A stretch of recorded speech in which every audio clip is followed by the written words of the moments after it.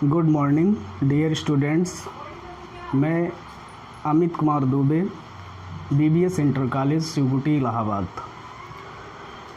बच्चों, आज हम क्लास 9th में साइंस विषय के बायोलॉजी भाग में लेसन फर्स्ट की आज हम चर्चा करेंगे।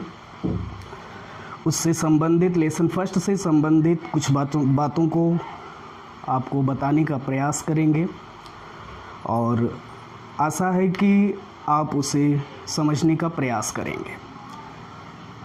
देखिए, लेसन फर्स्ट पढ़ने से पहले आप क्लास 9th में हैं और क्लास 9th में कुछ बेसिक चीज़ों को जानना भी आपके लिए आवश्यक है।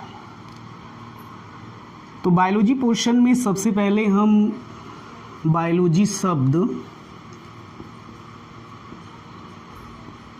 बायोलॉजी जो शब्द है, इसका अर्थ क्या है, इसकी परिभाषा क्या है, इसको हम आपको बताने का प्रयास करेंगे। तो जैसा कि बायोलॉजी जो शब्द है या जो बायोलॉजी है, इसे आप कहते हैं जीव विज्ञान, यानी इसकी हिंदी होती है जीव विज्ञान।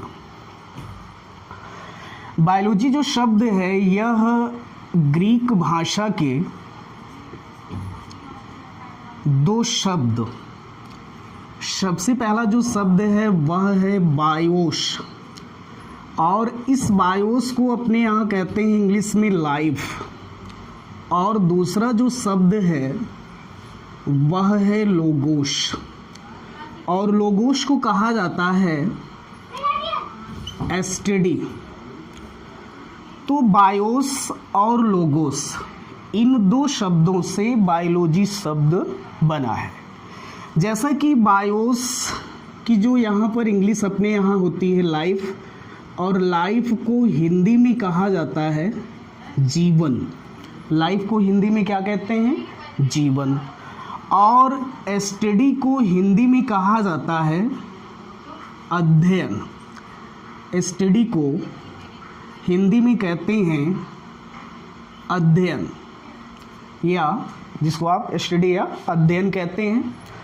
तो यहाँ से जीव विज्ञान की परिभाषा निकल कर आती है कि विज्ञान की वह शाखा जिसमें जीवन का अध्ययन किया जाता है। जीवन का अर्थ जीव से है।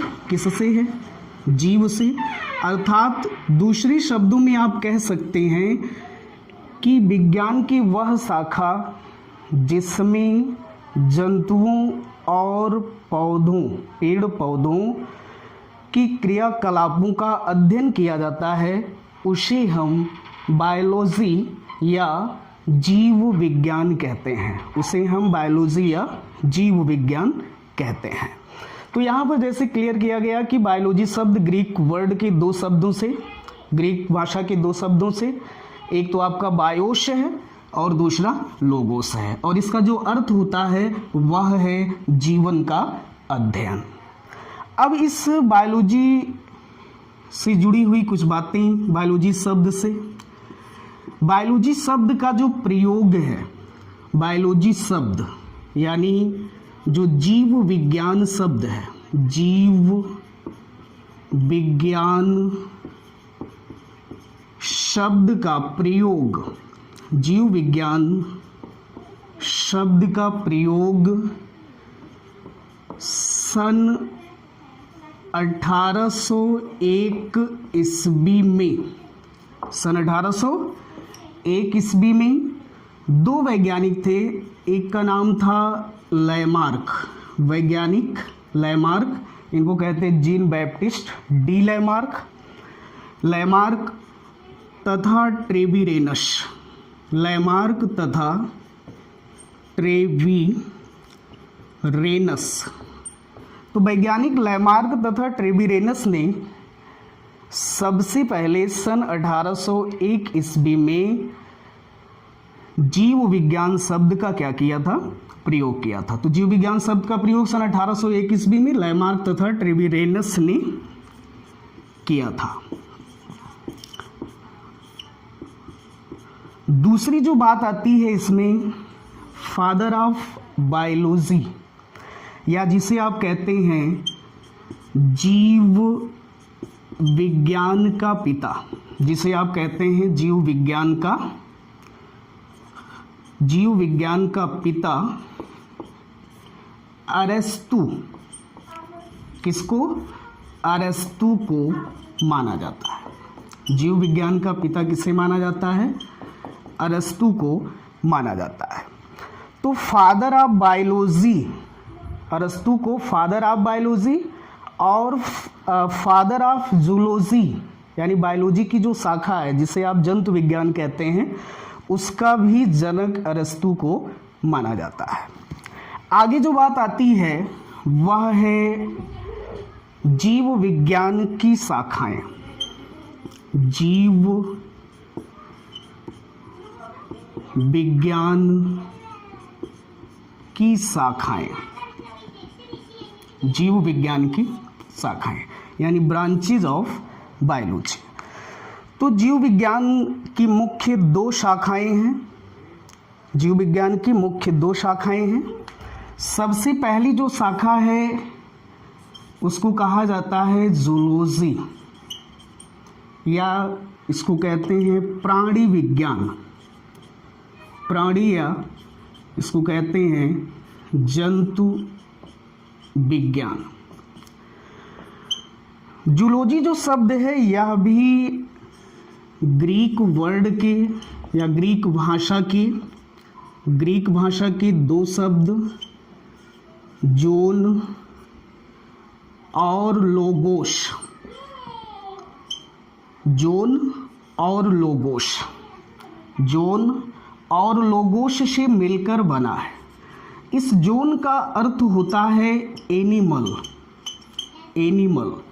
और लोगोस का जो अर्थ है, जैसा कि यहाँ पर आपने देखा था, इसको आप स्टडी कहते हैं, स्टडी, इसको आप क्या कहते हैं? स्टडी। और स्टडी की हिंदी होती है अध्ययन, और एनिमल की हिंदी क्या होती है? जंतु।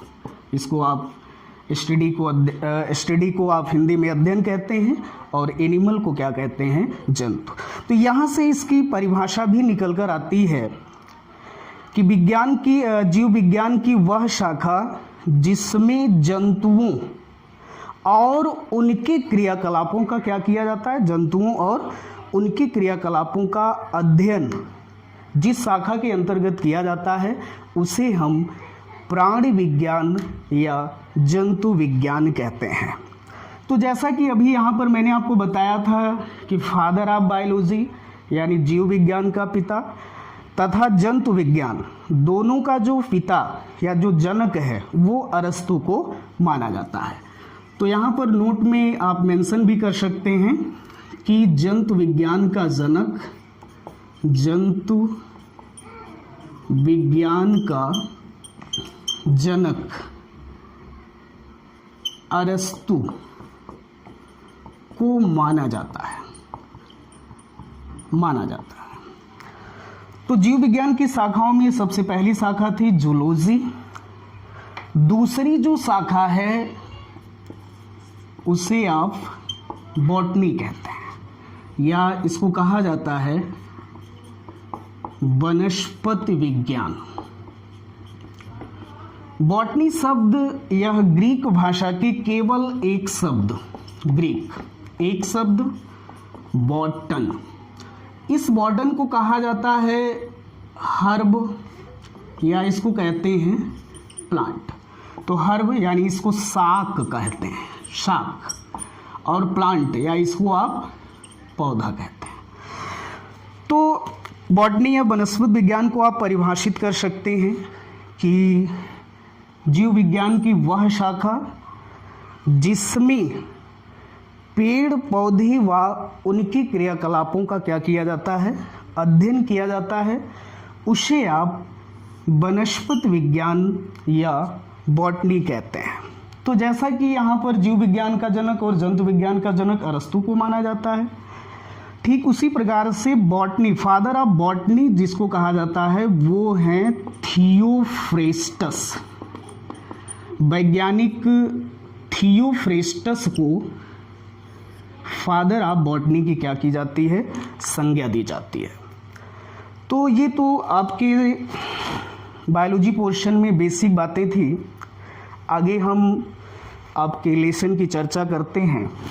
सबसे पहला जो आपका लेसन है क्लास 9th बायोलॉजी पोर्शन में, सबसे पहला जो आपका लेसन है वह है the fundamental unit of life. कहने का मतलब जीवन की मौलिक इकाई, जीवन की मौलिक इकाई। तो सबसे पहला जो आपका लेसन है बायोलॉजी पोर्शन में, लेसन फर्स्ट, वह है द फंडामेंटल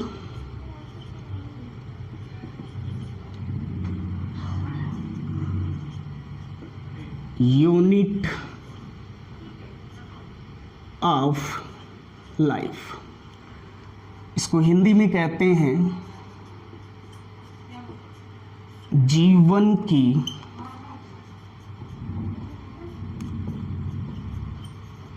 मौलिक इकाई। जीवन की मौलिक इकाई या the fundamental unit of life, ये पहला लेसन है। इस लेसन में सबसे पहली जो बात आती है वह है सेल, या जिसे आप कहते हैं कोशिका।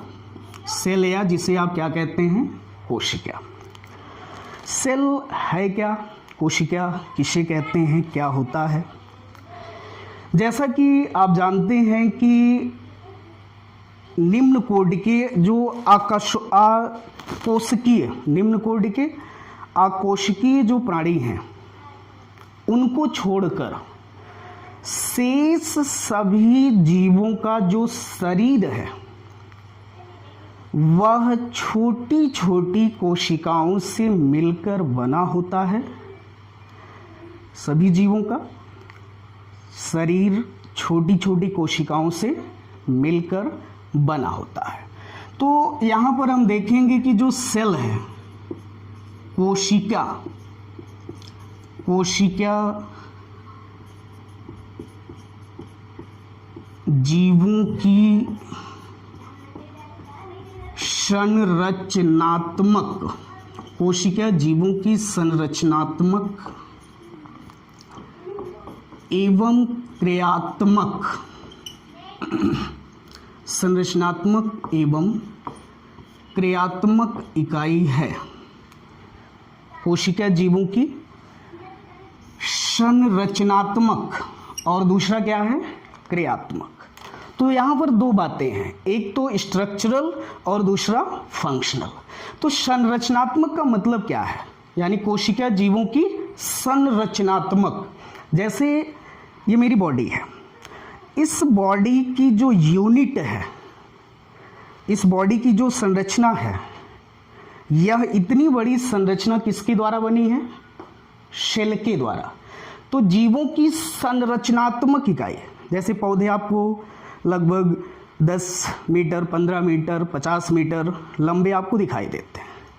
तो इतना जो लंबाई पौधे की दिखाई दे रही है, उसका आधार क्या है, उसकी यूनिट क्या है, सेल है। क्या है, सेल है। तो संरचनात्मक का मतलब जो जीवों की शारीरिक जो रचना है उसकी इकाई क्या होती है, सेल होती है। और दूसरी जो बात है यहाँ पर वह है क्रियात्मक इकाई।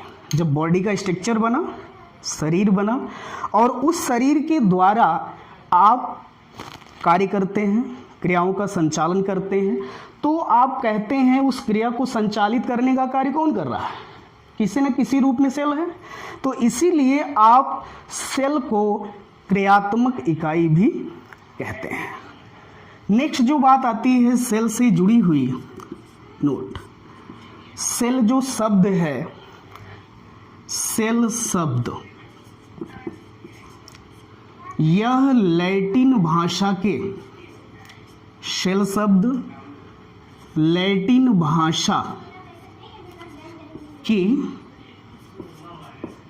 सेलुला, लैटिन भाषा के सेलुला, सेल शब्द लैटिन भाषा की सेलुला, सेल शब्द लैटिन भाषा की सेलुला से बना है, जिसका अर्थ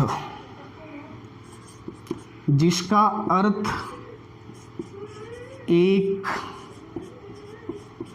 छोटी सी कोठरी, जिसका अर्थ एक छोटी सी कोठरी, कोठरी का मतलब समझ रहे हैं, कमरा, एक छोटी सी कोठरी होता है। तो सेल शब्द लैटिन भाषा की सेलुला से बना है, इसकी उत्पत्ति हुई है, जिसका अर्थ एक छोटी सी कोठरी या कमरा होता है। आगे जो बात आती है वह है discovery of cell, discovery of cell, कोशिका की खोज, कोशिका की खोज, डिस्कवरी ऑफ सेल, कोशिका की खोज सन 1665 ईस्वी में 1665, इसकी खोज 1665 ईस्वी में रॉबर्ट हुक ने किया था, एक वैज्ञानिक थे। तो 1665 ईस्वी में वैज्ञानिक रॉबर्ट हुक ने सेल की क्या की थी, डिस्कवर की थी। कैसे इन्होंने सेल को खोजा था? वैज्ञानिक रॉबर्ट हुक ने अपने प्रयोग में बोतल की कार्क की एक पतली परत काटी, बोतल की कार्क लिया मुहाना, उसी का एक पतला सेक्शन, उसका सेक्शन काट करके उन्होंने क्या किया, उस सेक्शन को सूक्ष्मदर्शी की सहायता से देखा। जब कार्क की सेक्शन का इन्होंने अध्ययन किया तो उस कार्क के सेक्शन में इन्हीं मधुमक्खी के छत्ते जैसी, इन्हीं मधुमक्खी के छत्ते जैसी, जैसे मधुमक्खी का छत्ता होता है, आपने देखा होगा कभी ना कभी, तो उस कार्क के सेक्शन में सूक्ष्मदर्शी की सहायता से देखने पर उन्हें मधुमक्खी के छत्ते जैसी कई छोटी छोटी, मधुमक्खी के छत्ते में छोटे छोटे खाने बने होते हैं, तो उस कार्क में सेक्शन, उस कार्क के सेक्शन में इन्होंने देखा कि छोटी छोटी कोठरियां बनी हैं, उसी में छोटे छोटे चैम्बर बने हैं, और इसी को इन्होंने सबसे पहले क्या नाम दिया, सेल नाम दिया। यहाँ पर ध्यान देने योग्य जो बातें हैं, रॉबर्ट हुक द्वारा खोजी गई जो सेल थी, रॉबर्ट हुक द्वारा खोजी गई जो सेल थी वो निर्जीव थी, नॉन लिविंग सेल थी। तो लिविंग सेल की खोज किसने किया? तो 1674 ईस्वी में, 1674 ईस्वी में एक वैज्ञानिक थे एंटोनी वान ल्यूवेनहॉक, इन्हें जीवाणु विज्ञान का पिता भी कहा जाता है। तो 1674 ईस्वी में एंटोनी वान ल्यूवेनहॉक ने सबसे पहले लिविंग सेल में सजीव या लिविंग सेल की इन्होंने क्या की थी, 1674 ईस्वी में एंटोनी वान ल्यूवेनहॉक ने लिविंग सेल की सबसे पहले सजीव कोशिका की इन्होंने खोज की थी। नेक्स्ट जो बात आती है, सेल की डिस्कवर भी आपने देखा। नेक्स्ट बात आती है cell theory. Cell theory cell के अध्ययन की एक आधार बनी थी। तो इसी पॉइंट्स में आगे हम चर्चा करेंगे सेल थ्योरी की। सेल थ्योरी या जिसको आप कोशिका सिद्धांत कहते हैं, सन 1838 सेल थ्योरी, सन 1838 39 ईस्वी में, सन 1838-39 ईस्वी में दो वैज्ञानिक, एक स्वीडन और दूसरे जो वैज्ञानिक थे श्वान, वैज्ञानिक स्वीडन और श्वान ने, स्वीडन एवं श्वान ने कोशिका सिद्धांत का प्रतिपादन किया था। यानी सेल थ्योरी का जो प्रतिपादन है वो स्वीडन और श्वान ने 1838-39 ईस्वी में किया था। अकॉर्डिंग टू स्वीडन एंड श्वान, इनके अनुसार सेल थ्योरी क्या है? सबसे पहली जो बात इन्होंने बताई वह है कोशिका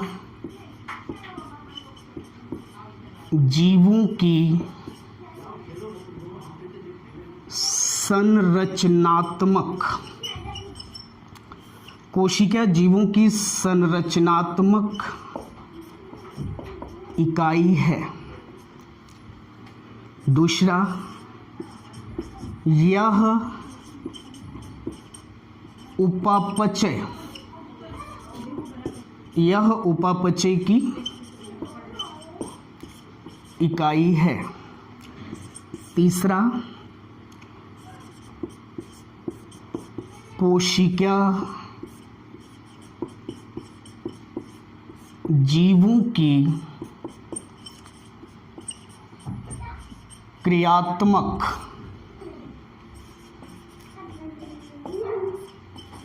इकाई है। चौथा, यह आनुवांशिकता की इकाई है, आनुवांशिकता की इकाई है। और इसी में पांचवा जो सिद्धांत था, नई कोशिकाएं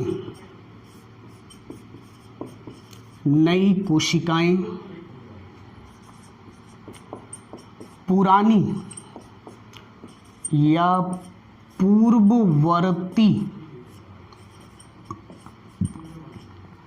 नई कोशिकाएं पुरानी या पूर्ववर्ती कोशिकाओं